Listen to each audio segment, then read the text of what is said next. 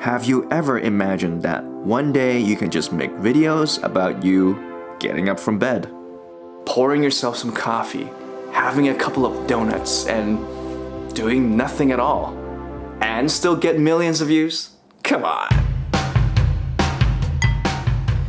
If you're a self-help nerd like me, you've probably been seeing these 30-day habit challenges popping up in your YouTube feed.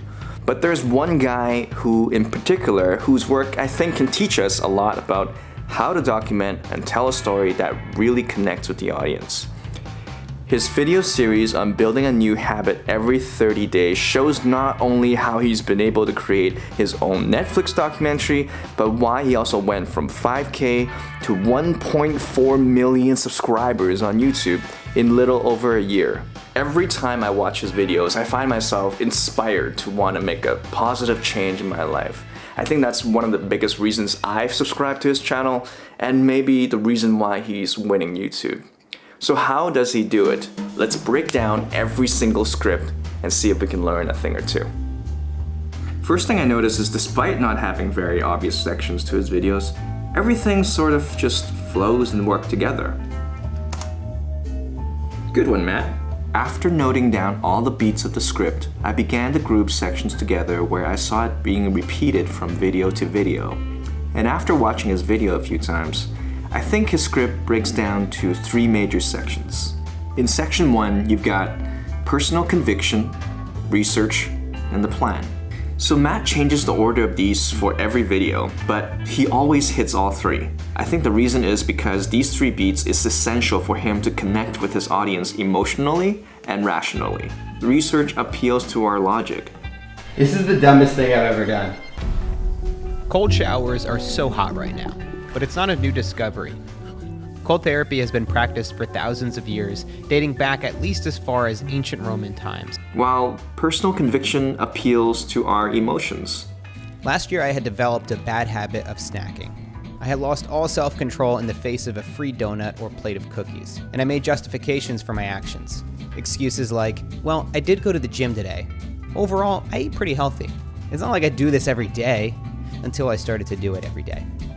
I knew something had to change when, even though I exercise often, I noticed I was developing early onset dad gut. So I decided to quit sugar for 30 days. This part is important because it gets us to say, me too. It's a way for him to connect with his audience through some truth about being human. Now, what does this mean for you and I making videos? Whatever it is that you think would be cool to share and make a video about, maybe it's finally getting some exercise. Or starting to cook. Maybe it's taking responsibility of your life. Take a moment and think. Underneath it all, what is that universal human nature that's driving that thing that you want? Can you share a personal story that led you to this? A story that could potentially connect you with your audience on a deeper level? What about scientific research? Is there any logic behind what you're doing? And of course, do you have an actionable plan that your audience can join in with you and live vicariously through you? Go ahead, give yourself a second, give yourself time to think about it. Once you figured it out, the next part is the fun part. So I just finished my first meditation, and it was brutal.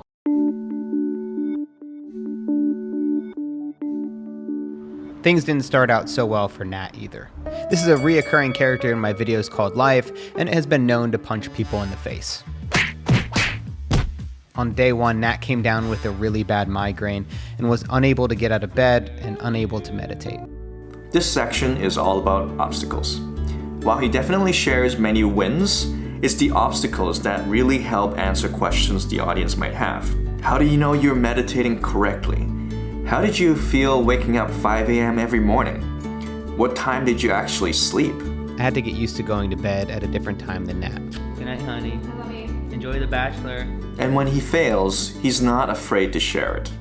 It's been a long time since I've experienced sleep deprivation, but that night in particular hit me hard. Over my first 2 days in New Jersey, I got a total of 9 hours of sleep, and it completely changed my personality. Did you ever see me like that before? Very few times that low. You weren't just upset, you were so frustrated.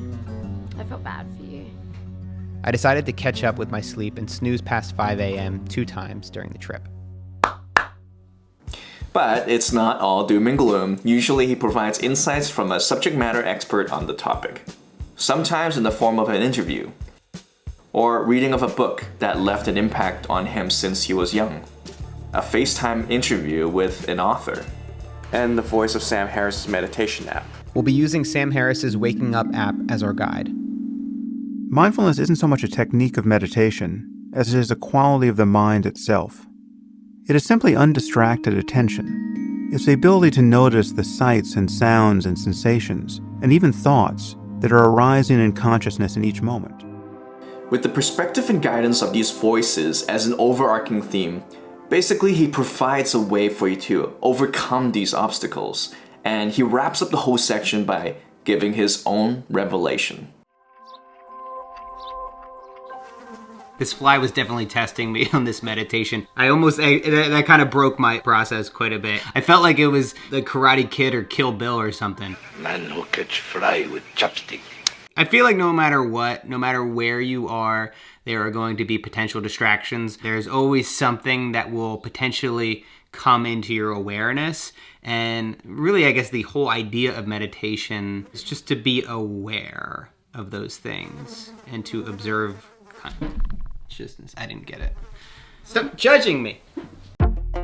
Okay, so lesson from section 2. Make mini movies about the obstacles that you encounter. Put yourself in the shoes of the audience and think, what questions would they have? Study and share an insight from a subject matter expert on this topic. Finally, the third and final section.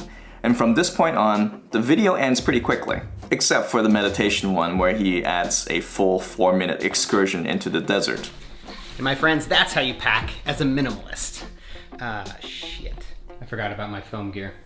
At least in the other 3, the video then quickly time jumps into somewhere around 21 days out of the 30 days of his challenge, where he's had a chance to fight through those obstacles and develop some sort of routine. And without fail, he puts his camera on his tripod and then starts to sum up his experience and share how exactly he's changed. Sometimes for the good, sometimes not so much. And I'm guessing some of you probably have noticed by now, the way that these 3 sections work, at least the way I organized them, look probably a bit familiar. And every good story follows this rule. That is the rule of a 3-act narrative. You've got a beginning, you've got a middle, you've got an end. I know, but I really think that Matt's way of constructing videos is a really great blueprint and inspiration for us to make content that is meaningful and can connect with the audience more. Maybe even a life-changing one. But just don't copy directly, okay?